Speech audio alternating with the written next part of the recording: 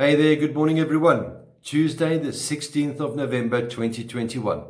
This morning's devotional is a reading from Matthew chapter 10 verse 32, which reads, "Whoever acknowledges me before men, I will acknowledge him before my Father in heaven." In a world full of ideas and beliefs that go against God's word, we need to have an uncommon courage and stand up for Christ. To do this effectively, we need to develop a Christian worldview. A worldview is the filter through which you see and understand the world.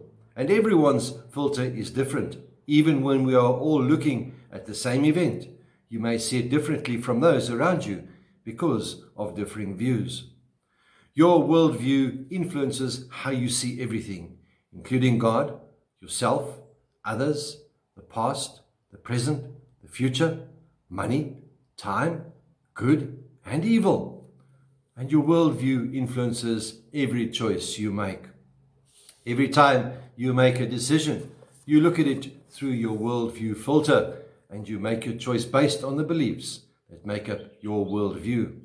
It's crucial then that you, as a follower of Jesus, base your view on the truth of God's word. A study revealed that 62% of participants claim they are deeply spiritual. When asked how that spirituality affects their decision-making, 31% said they make moral choices based on what feels right and comfortable. 18% on what's best for me. 14% on whatever causes the least conflict to others. And only 16% on what God's word says. Many Christians have a non-Christian worldview. You may be a Christian, but you can also have a non-Christian worldview because you've based it on what you've learned from the world and not from God's word. Having a strong Christian worldview allows you to stand courageously as a believer, to be someone who stands up and speaks the truth. And we need people like that today. So, why does it matter so much? Well, once again, the verse for this morning in Matthew chapter 10 verse 32 reminds us where Jesus says, "If you acknowledge me before men, I will acknowledge you before my Father in heaven."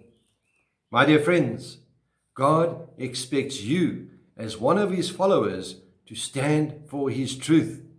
Taking that kind of stand requires an uncommon courage that is only available through a Christian worldview based on the knowledge and the truth and understanding of God's word.